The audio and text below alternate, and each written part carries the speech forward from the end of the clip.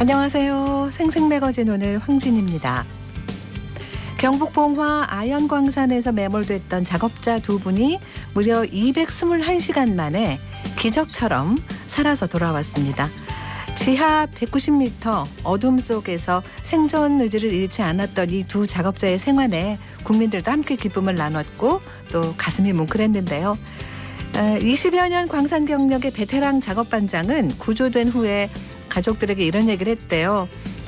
사흘째 되던 날 배가 너무 고팠는데 그 뒤로는 배고프지는 잘 몰랐다. 조언을 챙기느라 심적으로 힘들 겨를이 없었다라고요.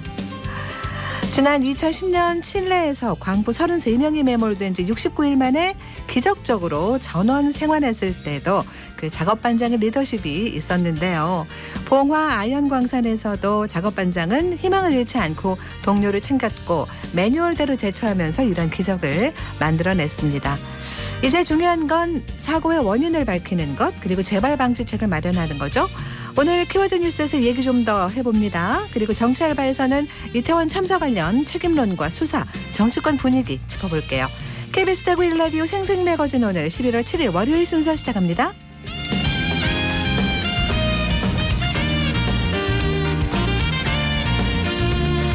생생매거진 오늘은 대구와 경북 지역민 모두가 함께하는 시사정보 프로그램입니다. 오늘도 청취자 여러분 곁에 한 걸음 더 가까이 다가갑니다. 안동, 포항, 울릉 연결해서 날씨와 소식부터 전해드립니다. 안동입니다. 입동인 오늘 경북 북부 지역 아침에 영하권에서 출발했습니다. 하지만 낮이 되면서 차차 기온을 회복하겠는데요. 안동, 영주 16도, 봉화 15도까지 오르겠습니다. 당분간 낮과 밤의 기온차가 15도 내외로 매우 크니까요. 면역력 관리 잘 하셔야겠습니다. 하늘은 맑겠고 대기는 건조하겠습니다. 산불 등 각종 화재 예방에 각별한 주의 기울이시기 바랍니다. 의성군이 추진 중인 의성 바이오밸리 일반산업단지 조성 사업이 농식품부로부터 농업진흥지역 해제 승인을 받고 사업 추진에 박차를 가하고 있습니다. 의성읍 시가지와 인접하고 북의성 IC 10분 내, 의성 IC 20분 내 거리에 있고 국도 5호선 통과로 접근성이 뛰어난 의성 바이오밸리 일반산업단지는 전체 부지 23만 제곱미터 규모로 의성군이 군비 전액으로 조성하고 있고요. 현재 전체 사업 부지 중 사유지 72%를 매입 완료하고 관계기관 협의도 마무리됐는데요. 앞으로 산업단지 계획심의위원회 심의 절차를 거쳐 산업단지 계획 승인 고시 후 내년 하반기에 착공할 예정입니다. 한편 의성 바이오밸리 일반산업단지는 의성군이 경북도와 공동으로 세포배양 소재산업을 육성하기 위한 기반 조성 사업으로 현재까지 군과 투자유치 업무 협약을 체결한 6개의 기업 이외 입주를 희망하는 기업의 문의도 받고 있습니다. 안동에서 전해드렸습니다. 이어서 포항입니다. 오늘 경북 동해안 하늘에는 구름 많고요. 날도 쌀쌀하겠습니다. 아침 기온 6도 안팎이었고 한낮에는 영덕과 울진 17도, 포항 경주 19도로 어제보단 조금 오르지만 일교차가 크게 벌어집니다. 체온 유지에 신경 써주셔야겠습니다. 연일 맑은 날씨에 대기는 많이 건조한데요. 현재 포항과 경산에 건조주의보 발효돼 있습니다. 다른 지역에도 확대될 가능성이 있으니까요. 산불 등 화재 사고에도 각별히 주의하시기 바랍니다. 포항의 과메기는 쫄깃한 식감과 함께 씹을수록 고소한 감칠맛을 자랑하죠. 겨울철 별미인 과메기가 본격 출하됐습니다. 이에 맞추어 포항시가 과메기 생산업체를 대상으로 위생 지도를 했는데요. 위생적인 취급 기준 준수 여부와 원료 관리, 가공 과정, 시설 환경과 개인 위생 등의 전반적인 위생 상태를 점검했고요. 무작위로 제품을 수거해서 포항시 수산물 품질관리연구소에서 수산물 안전 검사도 병행할 방침입니다.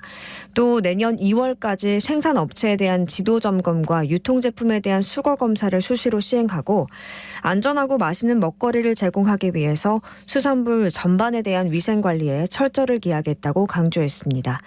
이번 지도를 통해서 과메기 생산업체들이 위생적인 생산 공정을 통해서 상품성이 향상된 과메기를 공급할 수 있기를 기대해 봅니다. 지금까지 포항이었습니다. 이어서 울릉입니다.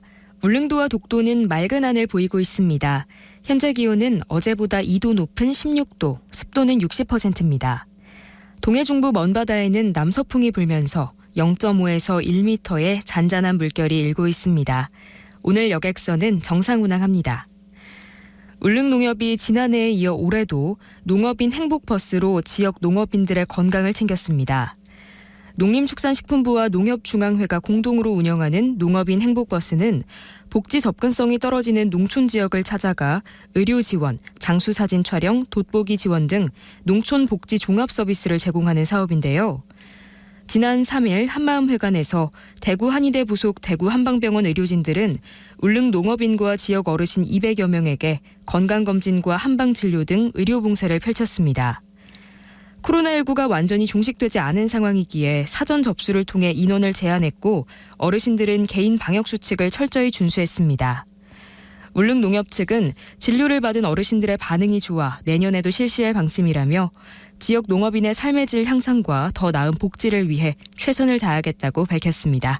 지금까지 울릉이었습니다.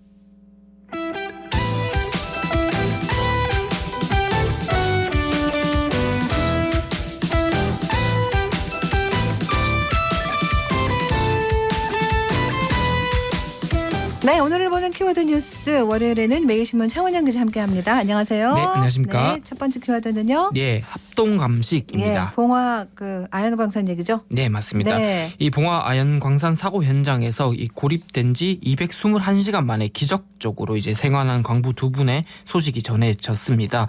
이게 이태원 참사로 온 국민이 슬픔에 잠긴 가운데 한 줄기 빛 같은 소식이었는데요. 이 두 광부는 극적인 생還을 했고 이제 주목해야 할 것은 왜 이런 매몰 사고가 일어났나는 점입니다. 그렇죠. 이 경북경찰청은 이제 오늘 오후 이 아연광산 매몰 사고 원인을 밝히고자 이 관계 당국과 현장 합동 감식에 나설 예정인데요.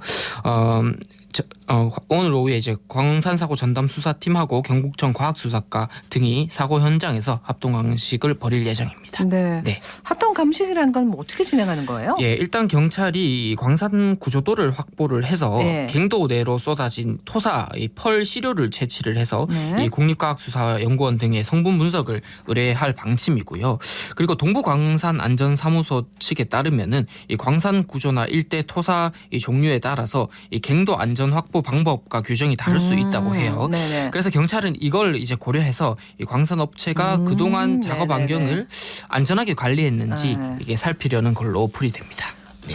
근데 광산 사고는 너무 오래전부터 광산이 있을 때부터 사고가 네, 너무 큰 사고들이 많이 반복되죠. 났는데 예. 이 광산업체에도 이전에 사망 사고가 있었다고 들었어요? 맞습니다. 이 지난 8월에도 같은 수직갱도 다른 지점에서 붕괴 사고가 발생해서 한 분이 이제 돌아가시고 한 명이 부상을 당한 바가 있는데요. 네.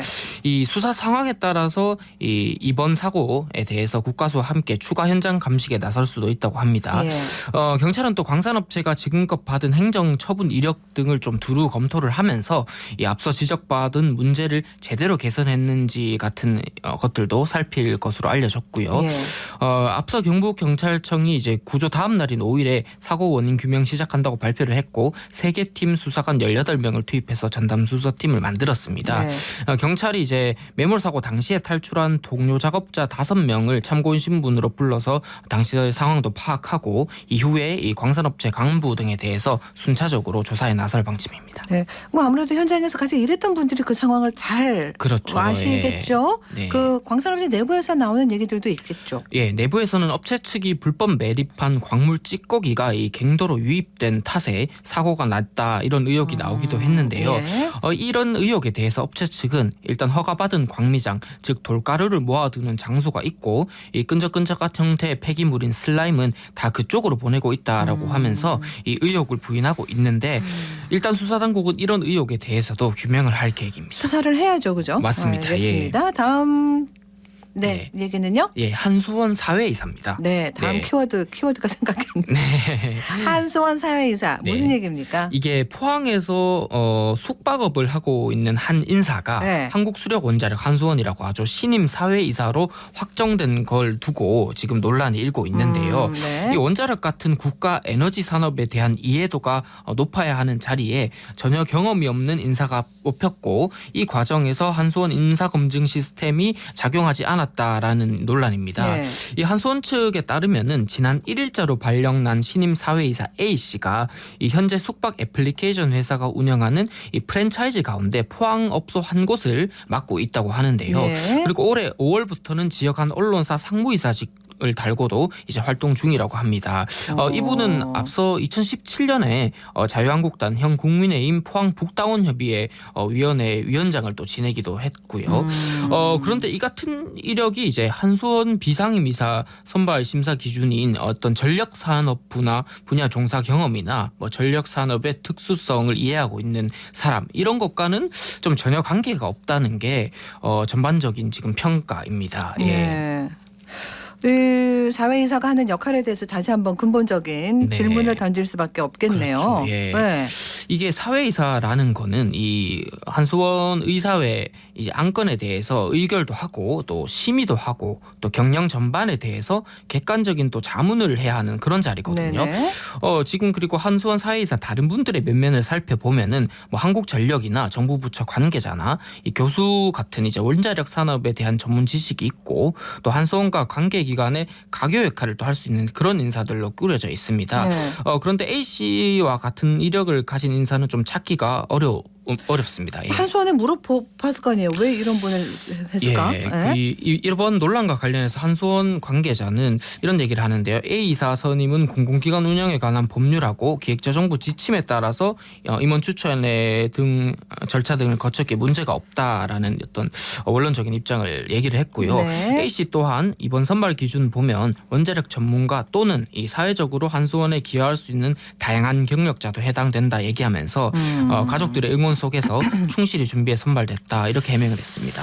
자, 요거는 앞으로 뭐가 좀 얘기가 더 나올 수도 있을 테니까 네. 좀 지켜봐야 되겠습니다. 네네. 네, 다음 키워드는요. 네, 11월 골든 아워입니다. 11월 골든아워. 네. 뭐 꼭 해야 하는 일이요? 11월에? 네. 이게 지역 현안 얘기인데요. 네. 이 대구 경북 신공항 특별법이 연내에 통과하려면 이번 달 11월이 골든아워가 될 거다 이런 전망이 네. 나오고 있습니다. 지금 이태원 참사 후속 대책 그리고 정부 예산안 심사 같은 굵직한 이 현안이 산적해 그렇죠. 있는데 네. 이 국회에서 TK 신공항 특별법 논의가 좀 뒷전으로 밀릴 수 있다는 우려가 지금 있습니다. 특별법이 연내에 제정이 돼야 내년부터 또 충분한 규모의 민간 공항으로 정부 계획에 반영도 되고 이 민간 사업자 조기 선정도 되고 이런 후속 조치가 이루어질 수 있다 이런 얘기입니다. 네, 그러면 지금 특별법 발의 진행 상황은 어디까지 가 있는 거예요? 예, 지난 8월이었죠. 이 주호영 국민의힘 원내대표가 대표 발의한 TK 신공항 특별법이었는데 일단 이달 중에 이 국회 국토교통위원회 교통법안 소위에서 심사될 예정이고요. 네. 이 교통소위는 오는 9일 한 차례 회의를 열고 21일이나 23일쯤 잇따라 회의를 열 걸로 이제 알려져 있습니다. 네.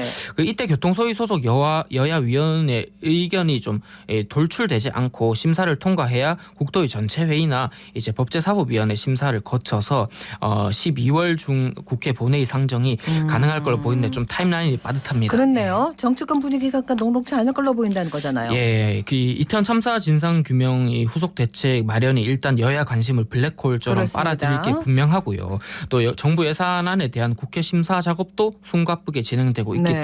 때문입니다.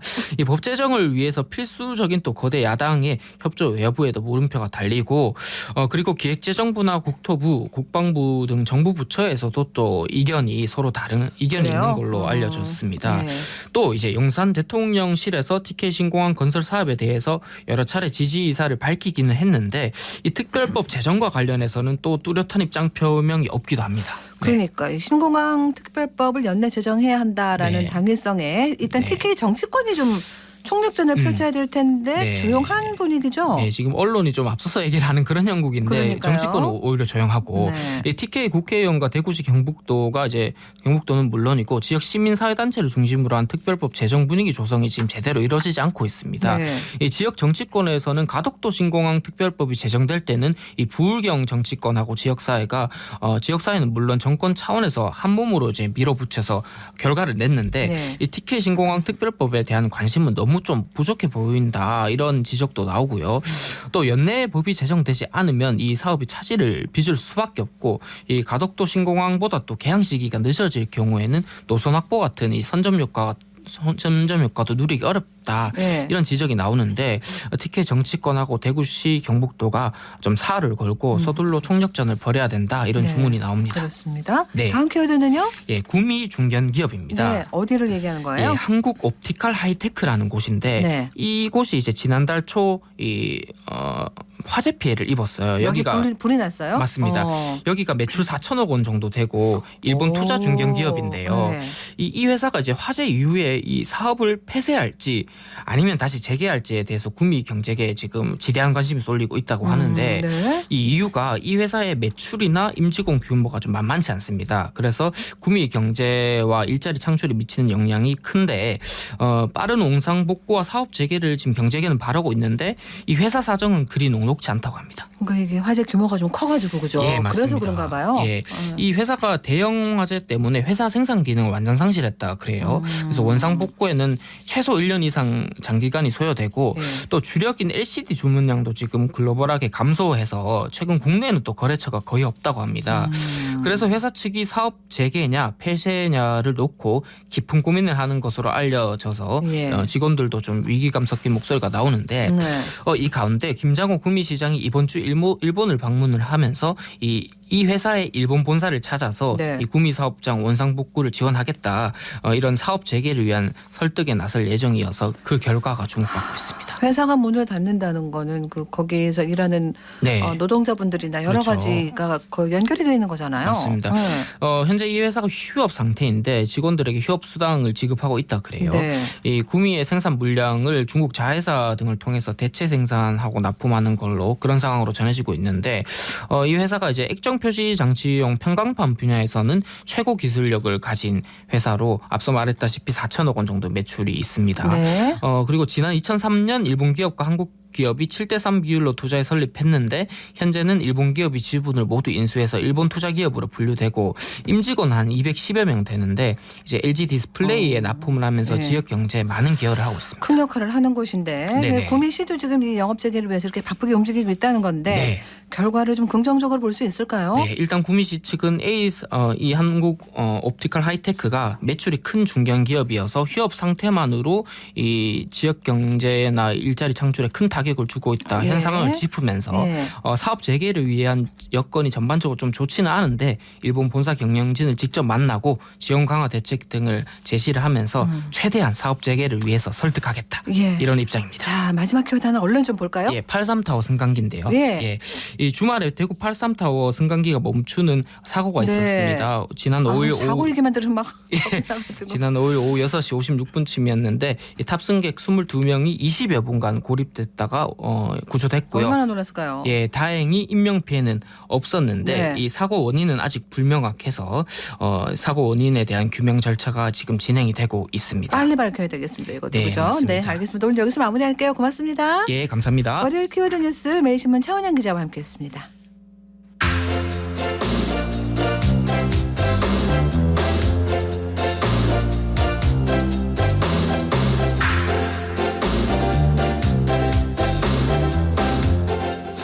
쌀값이 많이 올랐다 이런 소식보다 늘 쌀값은 내려가고 폭락할 때가 많은 것 같은데 최근에 또 이 쌀값이 45년 만에 최대폭으로 값이 떨어져가지고 쌀 생산하는 농가들이 너무 힘드십니다. 그래서 대구시가 쌀 소비 촉진을 위해서 시민들을 대상으로 쌀 요리 체험 행사를 하고 있다고 하는데 김현지 리포터가 거기 다녀왔어요. 어서 오세요. 네, 안녕하세요. 네. 오늘 소개할 쌀 요리 체험 행사는 달구벌 미소 영양교실입니다. 네. 이름에 들어가는 밀을 쌀미자를 써서 쌀을 재료로 한 디저트, 전통주, 간편식 같은 다양한 쌀 요리를 직접 만들어보는 체험인데요. 네. 이 체험으로 가정에서도 요리법을 활용해서 건강한 밥상 문화가 정착되도록 돕는 겁니다. 저는 고구마 떡 케이크를 만드는 체험에 함께 해봤습니다. 지금 이거는 무슨 과정인지 알아요? 떡을 찌기 전에 이렇게 해서 떡을 좀 더 곱게 만드는 것 같아요. 가루를 모두 체에 내려보도록 합니다. 자, 동생하고 같이 하니까 어때? 이거 협동심을 키워서 해야 될 것 같아요. 자, 친구들 여기로 오세요. 이제 여기에 이제 떡을 앉혀야 되거든요. 자, 친구들 여기 물 얼마나 있는지 확인할 수 있겠어요? 네. 이 물 정도면 충분히 떡을 찔 수 있겠죠? 설탕이죠? 설탕은 체에 내리는 거 아닙니다. 체에 내리면 떡이 아니고요. 그래서 이렇게 넣고 이렇게 섞어줍니다. 자, 한번 만져보세요. 꼭 찧어보세요. 꼭 지으니까 어때요? 뭉쳐지죠. 이렇게 돼야지 반죽이 다 된 거예요. 알맞게. 자, 얘네들은 먹어봐도 됩니다. 자, 맛이 어떤가요? 맛있어요. 맛있어요? 자, 우리 친구들 오늘부터 밥은 한 공기씩 꼭꼭 먹어야 되겠죠? 그래야지 튼튼해지고 건강해집니다. 현지 씨는 밥을 많이 먹나 모르겠는데 우리는 밥 정말 좋아하는데 네. 쌀 소비가 그만큼 줄었죠? 네, 그렇습니다. 네. 최근 쌀이 과잉 생산돼서 재고가 쌓인 데다가 식생활이 서구화돼서 쌀 대체품까지 늘면서 이 쌀 소비가 계속해서 줄었는데요. 네. 쌀값에 대한 대책을 촉구하는 농민들의 목소리도 끊이지 않고 있습니다. 대구와 경북의 쌀 생산량과 소비량은 어느 정도인지 대구시 농산유통과 이지민 주무관에게 들어봤고요. 이 체험 강사에게 쌀의 영양학적 효능도 들어봤습니다. 2021년 기준 쌀 생산량은 대구 1만 5천 톤, 경북 51만 8천 톤으로 대구 경북권 총 53만 3천 톤입니다. 전국 대비 13.7%의 비중을 차지하고 있고 1인당 연간 쌀 소비량은 56.9kg입니다. 이 수치들을 비교해 봤을 때 소비량이 좀 적은 편인 건가요? 네, 소비량이 많이 저조한 편입니다. 쌀 생산량은 전국 기준으로 21년산 388만 톤으로 전년 대비 37만 톤이 증가하여 연간 쌀 수요량 대비 27만 톤이 공급 과잉되었습니다. 이에 반해 쌀 소비량은 전년 대비 1.4% 감소하는 등 매년 지속적으로 감소하는 추세이고요. 이로 인해 산지 쌀값이 대폭 하락하는 등 농민들이 많은 어려움을 겪고 있습니다. 저는 영남이공대학교 식음료 조리학과에 강의를 하고 있는 문혜경입니다. 쌀에는 질이 좋은 탄수화물이 많이 들어있고 밭에서 나는 콩보다 우수한 단백질, 비타민, 미네랄 등이 들어있으며 쌀 전분은 소화되어서 포도당으로 분해되어 뇌를 움직이게 하는 에너지원으로 중요한 역할을 하기도 합니다. 또한 쌀의 식이섬유는 만복감을 주는 동시에 음식물의 장내, 통과 시간을 단축시켜 비만의 예방과 치료에 효과가 있고 변비 예방에도 효과가 있습니다. 네, 뭐 쌀 소비 촉진 홍보 이런 거는 꾸준히 하고 있는 거잖아요, 그죠? 네, 치맥 페스티벌, 국제식품 산업전, 도시농업 박람회 등 많은 시민이 참여하는 행사에서 쌀 소비 촉진 홍보가 꾸준히 있었는데요. 이 행사와 더불어서 이번 달에는 쌀 요리 레시피 공모전과 11월 11일 가래떡데이 홍보 행사도 개최될 예정입니다. 네. 참 쌀 가지고도 정말 무궁무진한 요리법이 있을 거예요. 우리가 몰라서 그렇지. 네, 제가 갔을 때는 떡 케이크와 함께 연잎밥도 만들었는데요. 이 연잎 향이 고스란히 밴 밥이 정말 고소하고 맛있었습니다. 이외에도 쌀 막걸리 그리고 다양한 모양의 김밥 만들기도 진행됩니다. 참여자들은 그동안 어렵게만 느껴졌던 쌀 요리를 이제는 쉽게 해볼 수 있겠다고 얘기했는데요. 네. 같이 들어보시죠. 평소 그러면 쌀 요리에 관심이 있으셨나요? 쌀로 하는 요리가 좀 시간이 걸리고 저희가 많이 접해보지 않은 거라서 생각을 한 번도 해보지는 않았었던 것 같아요. 한번 접해보니까 집에서도 한번 해볼 수 있겠다라는 생각이 많이 들었었던 것 같아요.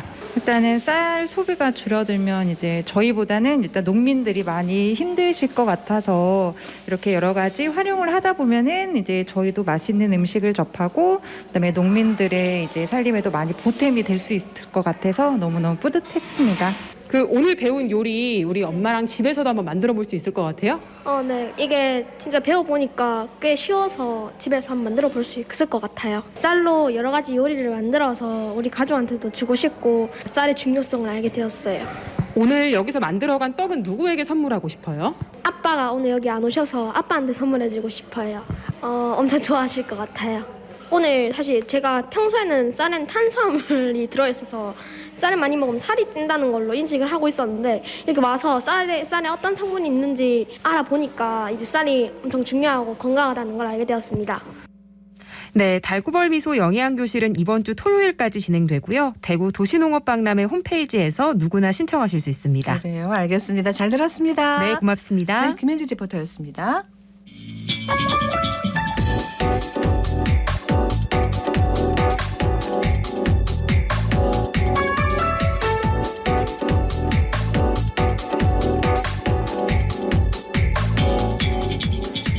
묻고 듣고 생각과 마음을 나누는 방송.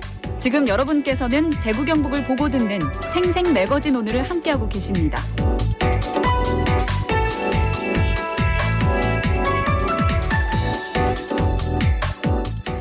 인구보건복지협회라는 곳이 있습니다. 여기에서 인구 문제에 관심을 높이고 또 지역에 사람들이 정착할 수 있도록 여러 가지 방법을 찾으려는 프로그램들도 많이 운영을 하는데 로컬 내일이라는 행사를 지금 하고 있어요. 전국의 여러 지역을 찾아가는 그 토크쇼라고 하는데 토크 행사. 경북 지역에서 나온 이야기도 오늘 한번 좀 들어보려고 합니다. 인구보건복지협회 박기남 사무총장 전화 연결합니다. 안녕하세요. 네, 안녕하세요. 네. 자, 인구 문제 이게 이제 지방 소멸 요즘은 이런 단어하고 연결이 바로 돼가지고 네. 걱정스러운데요. 네네. 인구보건협회가 이제 어떤 방식으로 이런 것들을 풀어가고 있는지 궁금합니다. 행사 소개부터 좀 해주시죠. 아, 네네. 잘 아시다시피 우리나라 그 수도권 면적은 전국토의 11.8%인데 인구는 과반수가 몰려 있지 않습니까? 네네. 그러다 보니까 아무래도 일자리 경쟁이 심화되고 집값이 급격하게 상승하면서 청년들의 삶이 많이 어려워지게 됐죠. 그러다 네. 보니까 뭐 연애, 결혼, 출산 다 포기하는 엠퍼 세대라고 하는데 네, 저희가 이 수도권 인구 집중을 막고 좀 청년들이 지역에 정착할 수 있는 방안들을 함께 지역 주민들하고 마련해 보고자 로컬 레일을 기획했는데요. 네. 로컬 레일에 3가지 의미가 있습니다. 첫 번째는 로컬 레일, 로컬에서 마이 잡을 찾고 로컬 내일, 로컬 안에서 다양한 행사와 소식들을 공유하고 그리고 로컬 레일, 로컬에서 우리의 미래, 희망을 찾고자 기획되었고요. 그래서 경북 편에서는 지역 청년들과 함께 지역에 정착할 수 있는 방안을 네, 같이 고민해 보았습니다. 예.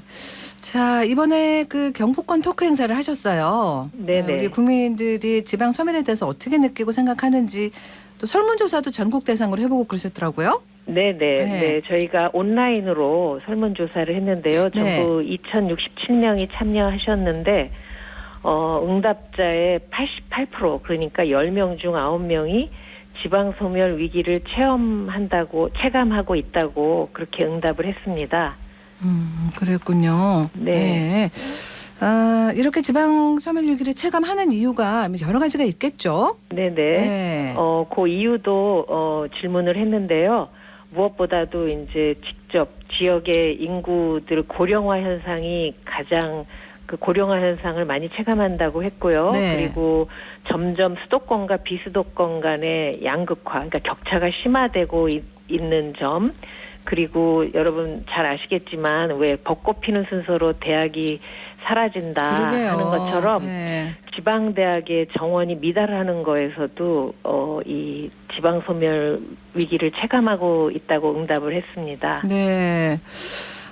사실은 정부도 지자체도 또 지역민들까지도 이 지방소멸 위기 앞에서 참 다양한 해법들을 얘기합니다만 물리적으로 어려운 상황도 있잖아요. 그죠? 네. 네. 그래서 위기 해결 가능성은 어떻게 보는지 대책을 또 얘기하는 건 어떤 게 있었는지도 좀 알아보셨나요?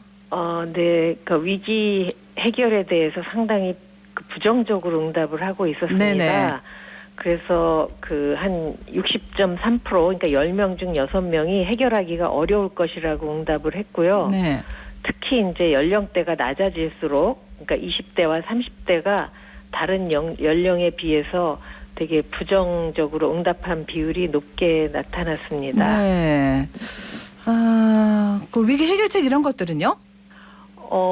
위기 해결책은 아무래도 청년들이 지역에 정착할 수 있는 일자리나 또는 그 지역에 살면 교통이나 이런 문화 인프라가 취약하잖아요. 네. 그래서 그런 그 부분들에 대한 욕구가 높게 나타났습니다. 그랬군요. 네. 이번 그 로컬 네일 토크에서 경북 지역으로 들어온 청년들, 그 네. 의성이 우리 유명하잖아요. 이웃사촌 시범마을 이런 것도 있고, 네. 젊은이들이 이렇게 여러 가지 현실적인 방법들을 많이 얘기한 걸로 알고 있는데 어때요? 지자체들도 일단은 청년들이 많이 들어오면 좋겠다 이렇게 생각하고 있지 않습니까? 네네. 네. 그 경북 지역이 청년들을 지역으로 그 많이 들어올 수 있도록 노력을 많이 하고 있었는데요. 네. 특히 이제 그 의성군 안개면 들어보셨나요? 네네. 네네. 2019년부터 그 안개면에서 이웃사촌 시범마을을 운영하고 있는데 이 사업에 참여했던 이주 청년들의 만족도가 아주 높다고 하고요. 네네. 그 이 프로그램에 참여한 이후로 이제 정착하게 된 성공 사례들이 많이 늘면서 의성군 전체에서도 인구가 늘어나는 계기가 되고 있다고 합니다. 네. 그 의성 얘기하셨는데 네. 사실 여기가 처음에는 한 달 살아보기 이런 걸로 시작했던 걸로 기억하거든요. 네네네. 그러니까 이제 사실은 내가 살던 곳을 완전히 바꾼다는 게 얼마나 어려운 거예요. 네, 쉽지 않죠. 그것도 시골에 다 네. 간다 이런 얘기인데. 네. 근데 이제 살아보니까 너무 좋더라 해가지고 네. 이제 들어가고 이런 분들도 생기고 그런단 말이죠. 네네. 그죠. 경북에 또 다른 좋은 사례들 어디가 또 있을까요? 아, 네. 제가 이번에 그 로컬 레일 경북편에 참여하면서 알게 됐는데요. 네. 영덕 뚜벅이 마을 들어보셨나요? 들어는 봤습니다. 아, 네네. 영덕이 사실 네. 바닷가이기도 하지만 산도 있고 넓은 들이 있고 그래서 이 뚜벅이 마을은 걷고 산책하고 트레킹을 좋아하는 사람들이 많이 와서 또 머물다가 또 정착하기도 하는 그런 마을이라고 합니다. 그래서 이 프로그램, 뚜벅이 프로그램에 참여했던 분들 중에 재방문도 하는 사례가 많다고 해요. 그게 그래서 중요하니까. 네네. 네. 아나운서님께서도 한번 네, 뚜벅이 네. 마을에 한번 참여해 보시기 바랍니다. 네. 알겠습니다. 의성하고 네. 영덕 얘기해 주셨는데 네네. 우리 사무총장 보시기에 일단은 외부에서 들어와서 정착을 한다 할 때 네. 경북이 이런 점이 참 좋습니다라고 글쎄 객관적이기도 하지만 좀 자랑을 좀 해주신다면요. 아, 네네. 저희가 설문조사에서도 한번 지역 정착의 매력은 무엇이라고 생각하냐고 물어봤더니 여유롭고 한적하다. 그리고 요즘 또 기후 문제나 이런 환경 문제가 많잖아요. 네네. 그러다 보니까 자연 친화적인 환경이 매력적이라고 생각한다. 그랬는데 경북 같은 경우는 제가 보니까 그 의성의 안개평야와 같은 농촌 마을도 있고 또 봉화처럼 산골 마을도 같이 있고 포항이나 영덕처럼 어촌 이렇게 농산어촌이 다 어우러져 있는 그런 자연 환경이 큰 매력이라고 생각을 하고요. 네. 그래서 이런 곳에서 그 한 달 살이나 또는 뭐 도시청년 시골 파견제 그런 그 프로그램에 한번 참여해 보시고 또 그 생활이 나한테 맞는지 그리고 내가 관심 있는 분야를 이 지역에서 잘 펼쳐나갈 수 있는지를 시험해 볼 수 있는 그런 가능성이 열려 있다는 것이 경북 지역의 매력이라고 생각합니다. 맞습니다. 예. 네. 이 토크에 참여한 청년들이 참 그 현실적인 이야기를 많이 하잖아요. 그래서 그런 얘기를 많이 들어봐야 되는 건데, 네. 뭐 이런 게 좀 더 필요하다. 아니면 또 네. 새로운 어떤 아이디어들 이런 거는 좋겠다. 이런 얘기도 많이 좀 나오지 않았을까요? 아, 네. 거기 참여한 패널 분 중에 한 청년이 지역의 정착 단계를 4단계로 나눠서 얘기한 게 저는 되게 인상적이었는데요. 네. 첫 번째, 지역의 정착 무엇보다도 재미가 있어야 된다는 거예요. 재미가 있어야 관심을 갖게 되고, 네.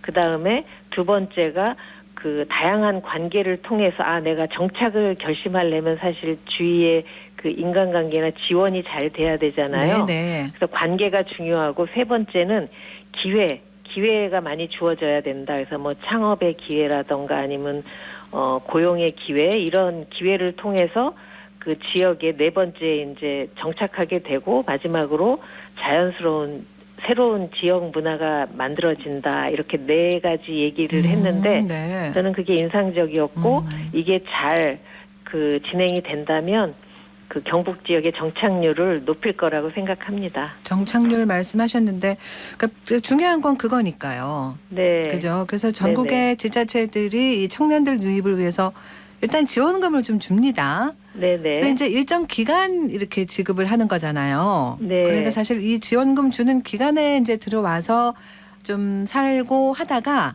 네. 이 지원금이 끊어지면 다시 떠나는 이런 것도 있어가지고 네. 어떻게 해야 되나 그런 방법 고민들을 많이 하실 것 같아요.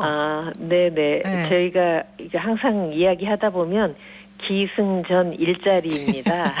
맞습니다. 그래서 지역에 그 거주하고 정착을 하려면 무엇보다도 이제 청년들의 수요에 맞는 일자리가 있어야 정착률이 높아지는데 그날 참석했던 그 패널 중에 지역 정착한 패널 중에 한 분은 사진 작가였는데 이분이 내려와서 코로나가 심해지면서 그 생산물을 온라인 판매를 할 수 있도록 이렇게 지원을 해주는 그런 기회를 갖게 돼서 정착하게 됐다고 합니다. 예. 그래서 청년들이 아무래도 안정적으로 일을도 하고 지역을 그 경험해 볼 수 있는 그런 기회가 지역 사업체나 생산 현장하고 이렇게 연계해서 채용하는 프로그램하고 이렇게 연결이 된다면 아마도 정착률을 높이지 않을까. 일자리에 신경을 많이 쓰셔야 될 것 같습니다. 네, 맞습니다.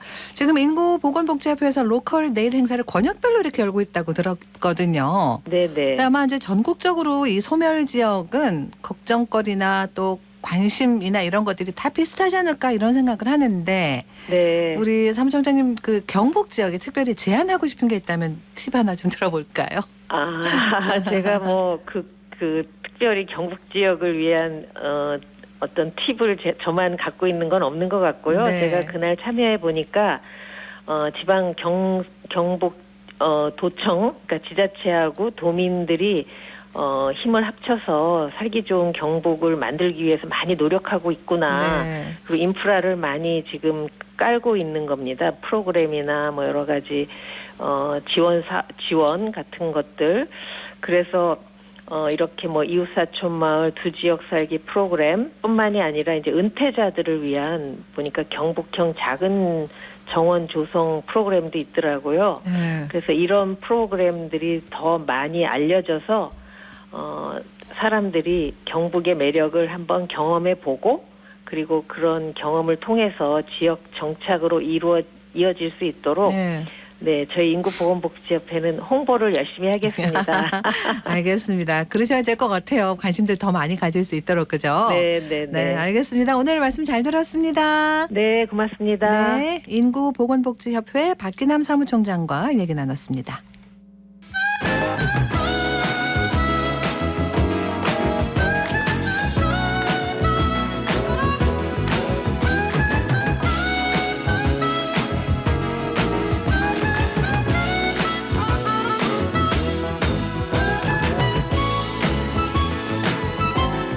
네, 11시 43분으로 갑니다. 정치 알아야 바꾼다. 정치 알바 김수민 시사평론가와 함께합니다. 안녕하세요. 네, 반갑습니다. 네, 오늘 이태원 참사 관련 이야기 쭉 준비를 하셨습니다. 지금 그 이태원 참사 직후 윤석열 대통령이 연일 조문 행보를 해왔습니다. 그 사이에 대국민 사과가 없었던 걸 두고도 비판 여론이 있었는데 지난 금요일이죠. 윤석열 대통령이 처음으로 공식 사과를 한 거죠. 네, 금요일에 그 조계종 법회 연설을 통해서 공식 사과를 했고 오늘 오전에는 관계기관 점검 회의를 통해서 죄송하다는 의사를 밝혔는데요.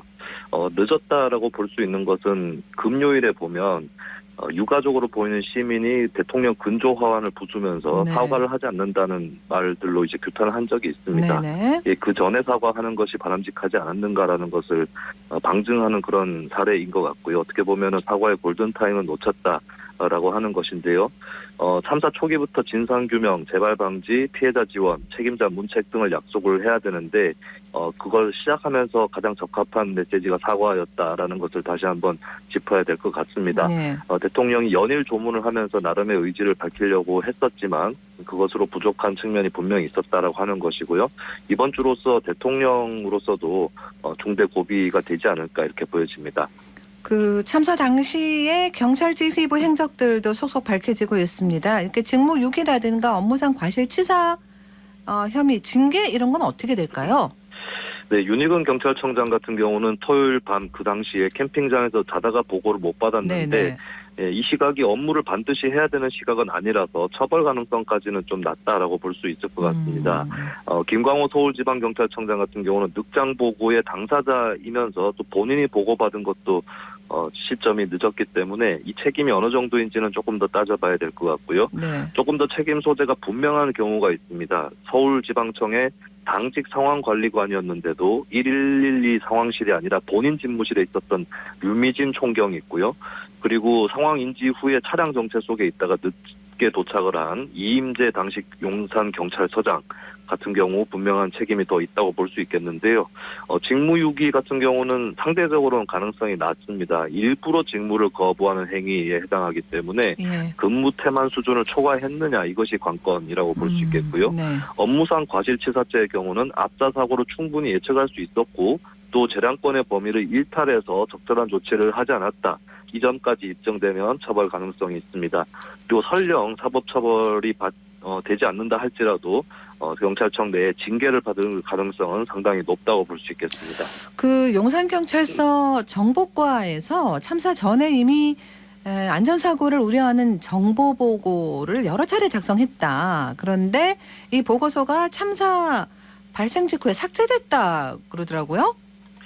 네, 이 삭제도 정보과장이 주도했다. 심지어 회유가 있었다라는 보도까지 나오고 있습니다. 네. 예, 참고로 경찰의 정보 보고서 같은 경우는 너무 지나치게 정보들이 쌓여 있는 것을 방지하기 위해서 목적이 달성이 됐을 때는 정보를 폐기하도록 규정이 돼 있긴 한데요. 예. 근데 이번 사태의 경우는 목적 달성이 된 것이 그렇죠. 아니라고 봐야 네. 되겠죠. 예, 충분히 대비를 하고 또 사고가 터지지 않았어야 되는 그래야지 삭제할 수 있는 명목이 생기는 것인데 그것이 아닌 상황에서 용산서 정보과장 계장이 가담까지 해서 담당 직원에게 삭제를 회유했다라는 보도까지 나오고 있습니다. 피의자로 전환이 됐다는 소식이 들려오고 있기 때문에 예. 앞으로 더더욱 진상규명을 해야 될 것 같습니다. 그리고 마침 오프라인상에 남아있던 보고서는 경찰청 특별감찰팀에 제출이 됐기 때문에 이것을 인멸할 수는 없었다라는 것도 같이 참고를 해보시면 될 것 같습니다. 이제 경찰 관련해서 수사할 대목이 상당히 많아 보이는데 그러면 이제 경찰을 수사하는 거예요? 다른 방법은 뭐 없을까요?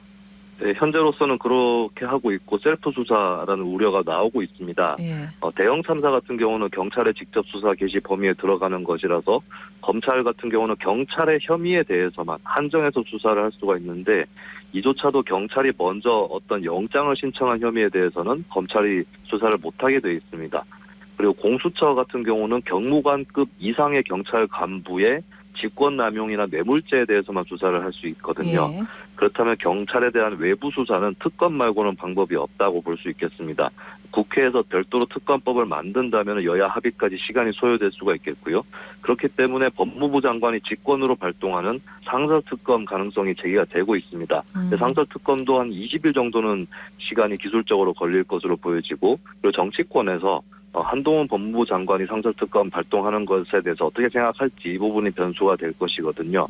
정치권의 중론이 모이는 것이 중요할 것 같고 오늘 마침 국회 법제사법위원회에서 한동훈 법무부 장관이 출석한 가운데 전체 회의가 열립니다. 네. 이쪽에서 좀 상설특검의 가능성에 가닥이 잡히지 않을까 이렇게 전망을 해봅니다. 그러니까 이제 그 넓은 의미에서 일단은 국가의 책임이다라고 하고요. 이 책임론이라는 게 지금 경찰 범위에 국한되어 있는 것 같은데 훨씬 광범위하게 일고 있잖아요. 그래서 네. 이상민 행안부 장관 또 한덕수 국무총리 경질 얘기까지 나오더라고요. 네, 초반에 부적절한 언행을 한 것에 그 잔상을 지우지 못할 것으로 보이기 때문에 계속해서 퇴진 주장이 나올 것 같습니다. 네. 이상민 장관 같은 경우는 경찰 인력 배치가 무용하다는 취지의 주장을 했었고 한덕수 국무총리는 국민정서상 기동대 배치를 할 수 없다는 얘기를 했는데 네. 납득할 수 없는 얘기였고 설명할 수 없는 것이었죠. 참사 수습의 적임자들인가 회의가 일 수밖에 없는 것이겠습니다. 예. 그리고 정부에 대해서 부정적 여론이 일 수 있는 가장 큰 사태가 벌어진 것이기 때문에 국정쇄신이라든지 개강론까지 나오는 것이고 예. 결국에 고비는 여권 내에서도 한덕수 총리라든지 이쪽에 대한 퇴진론이 나올 것이냐 나올 개연성은 충분히 있다고 보여지고 만약에 나오게 된다면은 어떤 총리 교체라든지 개각 이런 것들 상당히 불가피하게 일어날 수도 있습니다. 그리고 이제 그 박혜영 용산구청장 행적이라든가 발언 이런 것들도 또 도마에 올랐습니다. 어떻게 보시나요? 네, 용산구의회에서 이미 헬로윈 기간을 긴급대책 추진 기간으로 설정을 하고 결의를 했었거든요. 그런데 그 와중에 10월 29일 당일에 박희영 구청장은 경남 의령군에 출장을 다녀왔습니다. 당일에 복귀를 하기는 했지만 본인 자택 쪽이 그 부근의 이태원 피농길인데 두 차례 지났지만 특별한 조치가 없었다는 것이고요. 평소에 정치적 동지관계였던 권영세 통일부 장관 등등이 모여있는 단톡방에 이 상황을 알리긴 했지만 자신이 구청장으로서 조치를 취한 것이 나타나지 않는다. 라고 하는 것이 큰 문제가 되고 있습니다. 네. 자연히 박 구청장에 대해서도 퇴진 여론이 나오고 있는데 주민 소환 같은 경우는 임기 개시 1년이 지나야 가능하기 때문에 내년도 7월 1일 이전까지 주민 소환은 불가능할 것으로 보여지고요. 하지만 주민 소환을 할 수 없다고 해서 주민들이 퇴진 요구를 못하는 것은 아닙니다. 현재 용산구 홈페이지에도 사퇴를 하라는 글들이 쇄도를 하고 있는데 이 역시도 국민의힘 소속 정당의 어떤 입장 반응 이런 것들이 또 관건이 되지 않을까. 그쪽에서도 퇴진 목소리가 나오게 되면 박 구청장이 버티기 어렵게 될 거니까요. 네, 그것이 또 관건이 되지 않을까 보여집니다. 그리고 이제 또 이 용산구를 책임지는 곳이 서울시잖아요. 그래서 이제 오세훈 서울시장에 대한 책임론도 나오죠. 네, 1차적으로는 경찰하고 용산구의 인파관리 책임이 있는데 서울시가 용산구를 일반적으로 지원을 해야 되는 책임이 분명히 있다라고 하는 것을 첫 번째로 들 수 있겠고요. 그리고 두 번째에서 서울시에서 이러한 사태가 일어날 수 있다는 걸 예측을 했었습니다. 서울연구원이라는 산하연구원이 2016년과 2020년 두 차례 보고서를 냈는데 이 내용에 보면은 압사 사고의 가능성 그리고 여기에 필요한 대책 이런 것들이 게시가 돼 있거든요. 어쨌거나 오세훈 시장은 시장이 된 지 1년 반이 지났는데 이행해야 될 것을 이행하지 못했다라는 책임을 져야 될 것 같습니다. 그리고 도시구역의 인파 규모 같은 경우 사전에 파악도 할 수 있겠지만 실시간으로도 파악할 수 있는 데이터가 있습니다. 지난 9월 1일부터 개방이 돼서 일반인도 볼 수 있는 이 정보를 서울시라든지 쪽에서 전혀 활용하지 못했다라고 하는 점이 있고요. 그리고 이태원 골목길의 불법 증축물도 더욱더 극도의 혼잡을 불러일으켜서 사고의 원인으로 지목이 되고 있는데 이것을 철거하지 못한 것은 용산구와 서울시 같은 지자체의 책임이다. 이 부분도 같이 지목이 되고 있습니다. 네. 그 이제 당시에 뭐 경찰 인력 자체가 너무 이제 부족했다. 그 사복 경찰들이 뭐 많았다 이런 얘기들 이런 것도 아마 앞으로 계속 쟁점이 될 것 같은데 대통령실 이전해서 거기 있느라고 그랬다 이런 얘기가 나오는데 이건 어떻게 보세요? 네, 참사 직후에 민주당 민주연구원 부원장이 확신이나 단정을 갖고 말한 것은 잘못이었다. 그러니까 근거를 갖고 분석을 하면 밝힐 수 있는 일이기 때문에 그 당시 주장은 적절하지는 못한 주장인 것 같고요. 다만 현재로서 그 영향을 주었을 가능성 배제할 수는 없다라고 좀 정리를 중간에라도 할 수 있을 것 같습니다. 그러니까 인파관리 인력을 대통령실 관련 인력으로 직접적으로 뺀 건 아니라 할지라도 대통령실 관련 업무에 비해서 방범 순찰이라든지 경비 쪽의 인력을 신경 쓰지 못한 것은 맞다고 볼 수가 있겠고요. 그리고 용산서 부서 인력만 보더라도 대통령실 이전의 영향으로 교통안전계 20명 정도는 충원이 됐습니다. 그런데 다른 인력도 같이 충원을 했었어야 되는 것이죠. 근데 예를 들면 방범순찰대 인원은 의경 폐지 여파로 8명이 줄어들었거든요. 그렇다면 결론적으로는 이렇습니다. 대통령실 이전을 했더라도 추가적으로 제대로 대비를 했었다면 인파관리에 신경을 쓸 수 있었다라고 하는 것이고 그렇다면 이 정도로 정리를 해볼 수 있을 것 같아요. 대통령실 이전 자체로 일어난 일은 아니지만 대통령실 이전 수준에만 신경을 썼기 때문에 일어난 일이다. 이렇게는 또 정리를 할 수 있을 것 같습니다. 그래서 이제 이번 사태로 그 전의경 부활 얘기도 또 나오고 있습니다. 경찰 인력은 늘 우리가 좀 부족하다 이렇게 막 느끼잖아요. 그죠? 네, 참사가 아니더라도 현장에서는 늘 부족하다고 느끼는 것이고요. 사실 경찰뿐만 아니라 이번 사태를 보면 소방이라든지 지자체 인력도 필요하고 또 이렇게 일회성으로 인파가 많이 몰리는 것에 대비해서 시간제, 기간제 근로자 투입도 필요하지 않나 이렇게 보여지는 그러니까 전반적으로 인력 확충이 필요하다라고 하는 그런 얘기가 또 나올 수밖에 없겠습니다. 그 전의경 같은 경우는 부활할 수 없는 것이 이것이 국제사회에서 특히 ILO 국제노동기구에서는 강제노동으로 분류가 되기 때문에 또 현재 군 입대 인원이 부족하죠. 그렇다면 전의경이 비운 자리를 직업경찰로 채워야 된다는 결론이 나오는 거고 이것을 위해서는 우리 사회가 재정을 써야 된다는 결론이 나옵니다. 그렇다면 윤석열 정부도 작은 정부를 지향을 해왔었는데 그것이 모든 면에서 맞는 것인지 다시 한번 돌아봐야 되는 그런 일이 될 것 같고요. 그리고 첨단 기술을 활용하는 것도 중요하지만 네, 또 사람이 할 수밖에 없는 일들이 분명히 있다. 네. 첨단 기술을 이유로 전국 규모를 줄일 수만은 없다. 이 부분도 말씀을 드리고 싶습니다. 근데 오늘 또 뭐 여론조사인가 보니까 이태원 참사에 뭐 장례비나 이런 것들 그 정부 예산 지출 바람직하지 않다 이런 얘기도 나오던데 이거 어떻게 보세요? 네, 지금 청원이 간단하게, 일어나고 네네. 있고 네. 네, 적지 않은 사람들이 있는데 근데 사실 이런 경우에 지원을 해주라고 우리가 미리 세금을 걷어서 집행을 하고 있는 거거든요. 네네. 만약에 이렇게 세금으로 지원하지 않았다면 국민들이 자체 모금을 했을 것이고 그 과정에서 또 다른 불만이라든지 혼선이 벌어졌을 것이다. 예, 국가의 존재 이유에 대해서 다시 한번 생각을 해주셨으면 하는 그런 바람입니다. 알겠습니다. 오늘 여기서 마무리할게요. 고맙습니다. 예, 감사합니다. 네, 정치알바 김수민 시사평론가와 함께했습니다. 교통정보입니다. 윤가영 리포터. 네, 먼저 시내도로입니다. 월배로 월촌역 교차로에서 상인 내거리 방향으로 상인 내거리 못 간 지점 가장자리 차로 쪽으로 공사 중입니다.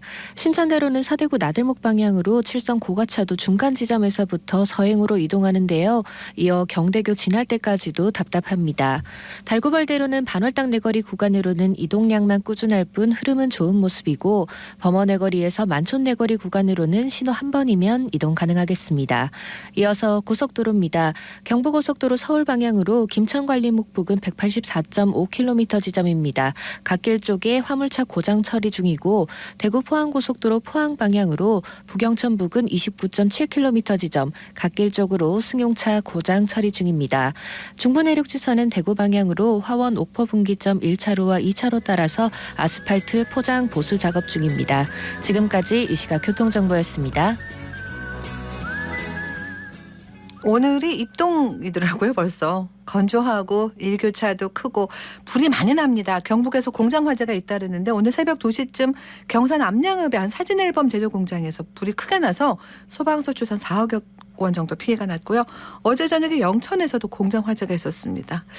화재 예방을 위해서 한 번 더 살펴보고 한 번 더 점검하고 잘 챙겨봐야 되겠습니다. 11월 7일 월요일 생생매거진 오늘 여기까지입니다. 함께해 주신 여러분 고맙습니다.